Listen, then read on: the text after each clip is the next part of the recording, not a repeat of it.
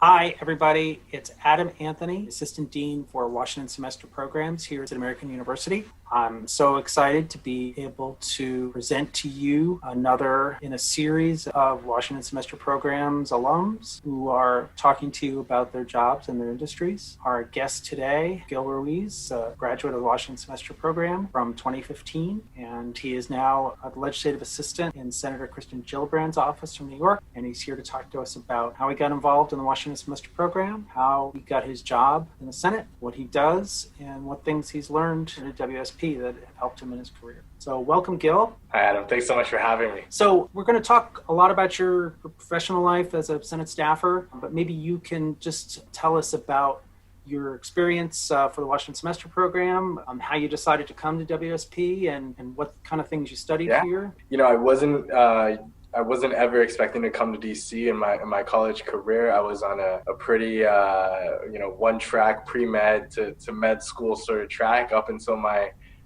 must have been my senior year when I started to question exactly why I was going to get into that and what I wanted to do. I went to my counselor late in the game and told her, okay, this is what I'm struggling with. I don't know if I want to be a doctor. I don't know if I want to go through all that. I still really want to help people and da. And she said, well, look, we're setting up this new program, the Washington Semester Program. It's, you go to AU and da. Why don't you go to the information session? So I went, and in fact, I was sold. We had, I think, a former member of Congress and one of the professors had come in to speak from the program, and it was very gripping, and they promised a lot of experiential sort of classes and coming on into DC and getting to speak directly with professionals and learning exactly what you wanted to do and how to do it. I mean, exactly what I was looking for. So I signed myself up for the very next semester. I went and had a fantastic experience. It was exactly what I needed, and I credit the program for landing me exactly where I am today in a job that I love and adore, that I wake up every day excited for. I came in, I took the Sustainable Development Program. It's taught by Heather Heckel, who is actually still a good friend today. Actually, she brought me onto the board of her nonprofit. We have a board meeting this Sunday, in fact. So I had a great time in the Sustainable Development class, and basically it was the Sustainable Development Goals and how to practically achieve them. And for me, who was looking for sort of what I was going to do next with my career, if it wasn't going to be medicine, it leaves you pretty slim pickings when you're on a pre-med path. Where did you intern when you were doing AARP, great question. So my interests in end of life and aging issues and those policy issues, brought me to AARP, and I said, oh my gosh, this is the biggest and nonpartisan organization in the world, actually, and it's all dedicated to these issues. So I learned a whole lot. Interned there, where I was able actually to do a lot of research, but also to publish, in the journal. It's called AARP, the Journal. So I got my name into something which I thought was a huge boon. So it was a really lasting and special experience. And wouldn't have happened without me coming to WSP. That's great. And then did that internship, the second internship you had with Gillibrand, that was your foot in the door to the office? Yeah, so that was my foot in the door. So then I had my next challenge after I got to WSP was like, okay, how do I transition out of here into DC permanently? Because it was very clear that's what I wanted to do. Sure. And so, naturally the program connects you with so many folks. It is so good about that. My professor, I actually had, I got lucky because I kind of had two professors. I also had Catherine Kravitz, who at that point was transitioning sort of into a different role in the university, and sort of just had a supervisory role. But one of her former students was at Senator Gillibrand's office. It just so happened that I reminded her of him, and she was happy to connect us. And she knew I was having these interests in sort of public policy and all this stuff. She said, why don't you talk to, John Cardinal? I connected with John, but I didn't know the Hill was where I wanted to be at that time. It was actually, I had another conversation with another AU alumni on the Hill with Bernie Sanders' office. She was a great, still a good friend to this day. She helped me sort of tease this out. At this point, I was interviewing for a job at AARP. I was exploring all these other kind of jobs and things like this. I didn't really understand what the Hill was or what the significance of it was, to be frank. All I knew was what I wanted, and that was to help a lot of people every day that I could and leverage my talents in the way that could do that best, and maintain an unpaid internship and, kind of crowdsource from your friends and family for a month of rent or something like this. And we went through all of that, just start applying to internships, through the other AU WSP alumni, John Cardinal and Jill Brand's office. I applied to intern there. And that was the only reason. I have zero New York connections. It was a WSP connection that got me that foot in the door at Gillibrand's office, and the rest was history. The only policy experience I had was in aging and end-of-life care. I didn't have a degree in poli-sci or anything like that, like so many folks did in DC. And so I felt a little behind, but after talking to so many mentors, I said, no. I mean, that's actually an advantage here, because, you can stick out and play that, just find that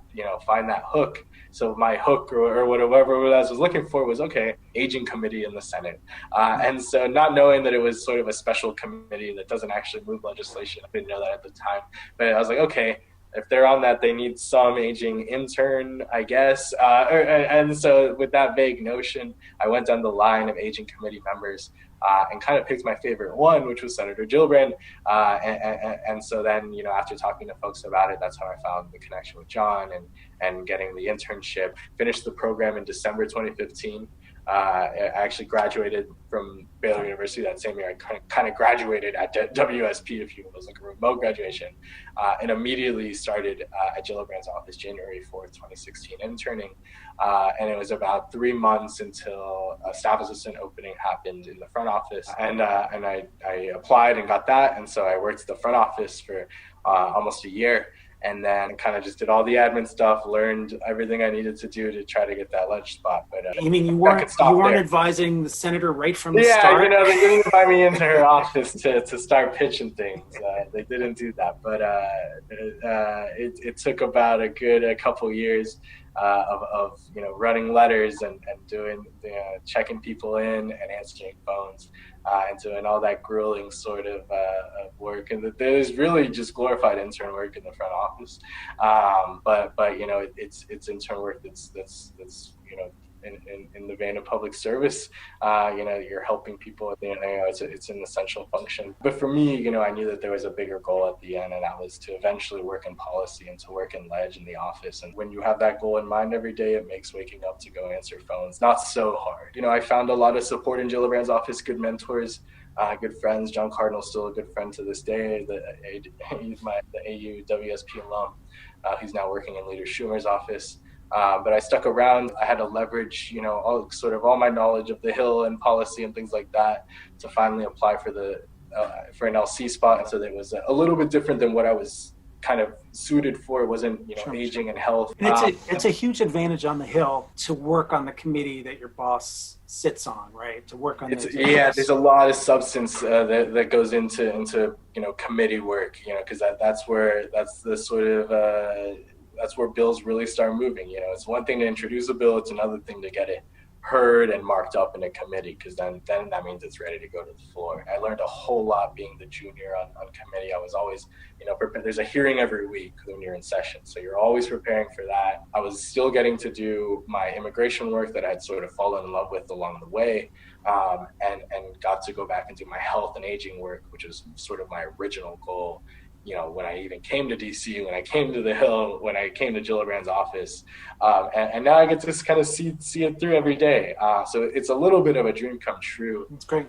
Gil, so if I'm looking from the outside at what you just described, it looks like just a perfectly nice, smooth line, where you come in as an intern and then you're hired, and then you've achieved your goal. And of course, knowing from your perspective, it didn't seem that way at all. It was all kinds of, stops and starts and, U-turns and questioning, but it's wonderful to see how it has progressed. Do you have any advice that you would give college student Gil that now, about this path that you've been on? Yeah, I would tell him to trust himself, to trust your vision, to go after what it is you want to go after, and to be uncompromising about it, and to be confident with who you are. That's what finally served me best, I think on my career on the Hill so far. And if I had realized that earlier on, in school or my Baylor career or what have you, maybe it wouldn't have taken me so long to get to DC. Maybe it wouldn't have taken me so long. Who knows? But I think that would have been the first thing. And I mean, if there was a second thing, to just keep, work harder than you've been working, because nothing is given, especially in DC. It's such a meritocracy. No one's ever asked me where I went to college. No one's ever asked me, what I've published, what I've done. It's all been, what did I do yesterday? What did I do last week? What have I been producing? And so you can kind of come here and in the sort of microcosm of the American dream, really just climb in a way, in this way that's truly special, and that I don't think you can experience in other countries and other industries. It's spectacular, really, when you step back and look at it. Well, Gil, it's really an amazing story. I know that the students who are listening to this are really going to appreciate hearing and learning from your lessons, and we really appreciate your time and energy for this. And also, we hope that this won't be the last time we talk to you, and that we Absolutely. Great. Well, thank you so much for your time. Hopefully, you have many more blessings for a wonderful career in the future. Thank you so much, and best of luck to everyone watching, and to all the students, current and future.